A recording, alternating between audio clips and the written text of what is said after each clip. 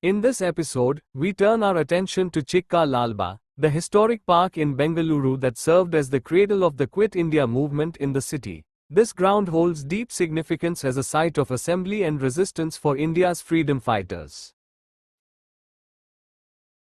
During the British era, whenever a leader of the Indian National Congress visited Bengaluru, it was at Chikka Lalba that they addressed the masses. Time and again, the park became the stage for fiery speeches, protests, and mobilizations. Indeed, almost every major agitation of the independence movement in Bengaluru found its roots here, making Chikka Lalba not just a park, but a landmark in the city's contribution to India's freedom struggle. From Chikka Lalba, protesters would march towards Kabba Park, carrying the spirit of resistance with them. In one memorable incident, when police on horseback attempted to disperse the crowds, the protesters scattered bags of ragi across the streets, blocking the horses and halting the advance of the authorities. Such acts of courage and ingenuity exemplified the movement's resilience. Today, however, this historic site is largely forgotten by the public and is absent from Bengaluru's tourist itineraries. Situated directly opposite the majestic metro station, the park can be accessed from either the Chikka Lalba or Tulsi Tota exits. Although the park's area has diminished due to the construction of the metro station, its legacy as a crucible of India's independence struggle endures. Chikka Lalba must not be mistaken for the famed Lalba Botanical Garden established by Haider Ali. Though their names sound alike, Chikka Lalba stands apart as a landmark of national pride, carrying within it the memory of Bengaluru's contribution to India's freedom struggle. Sadly, only fragments of its glorious past are remembered today.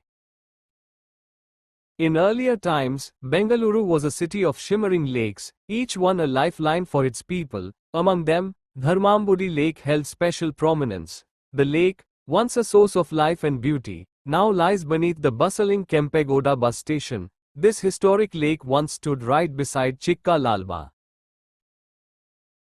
During British rule, when Dharmambudi Lake still existed, it would often dry up in the summer heat and during times of drought. During these moments, the lake bed transformed into a ground of courage and resolve, where freedom fighters gathered to plan their struggle against colonial power. Chikka Lalba, which has stood since the earliest days of the city's Petas, rose to prominence during the pre-independence agitations. It became a rallying ground for factory and mill workers, who joined hands with the larger freedom movement. Their voices, rising from this humble park, became part of the powerful chorus that led India to independence. Over the decades, the Chikka Lalba has changed beyond recognition. Much of its land was taken over for the construction of the majestic metro station, leaving the park stripped of nearly 75% of its space and almost 80 of its old trees. A Kalyani was completely closed. The once vibrant ground of resistance now stands quietly, with only faint echoes of its past as a cradle of the freedom movement. Today, the park wears a gentler character. People visit not to rally or protest, but to feed stray dogs and flocks of pigeons. A dedicated pigeon feeding corner is even being built beside the park, and in the soft light of morning, residents gather with handfuls of grain. Few today remember that Chikka Lalba is also lovingly called Tulsi Tota, a name born from the lush basil garden that once thrived beside the old Sri Prasanna Krishnaswamy temple. The fragrance of tulsi leaves, offered daily at the temple, gave the neighborhood both its name and its identity. For generations, the temple courtyard stood at the heart of community life. Even now, the echoes of grand celebrations in the temple remind us of a time when the neighborhood revolved around devotion, festivity, and the simple grace of the tulsi plant. The Sri Prasanna Krishnaswamy temple was built around 1844 by Sri Krishnaraja Vodeyar. During the tenure of Rao Bahadur B.K. Garodachar, president of the Bangalore Municipal Council, had the temple carefully maintained and expanded.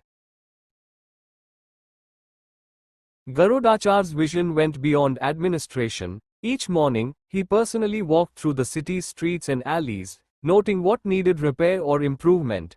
From public works to sacred spaces, his dedication showed that true leadership lies in service, vigilance, and a constant commitment to the community's well-being. Tulasi Tota carries with it a forgotten charm from the past. In 1908, the revered Saint Tulasi Ramdas arrived in Bangalore with a vision to build a Sri Ram temple. Touched by Garudachar's warmth and the temple's devotion, he consecrated an idol of Lord Ram here. From then on, this place came to be known as Tulasi Tota, a name that still echoes with faith and tradition. His legacy also lives on through the Sri Tulasi Ramdas Mutt in Fraser Town. If stories like these move you, and you wish to uncover more hidden histories of Bangalore, do subscribe to our channel, so together we can keep these memories alive.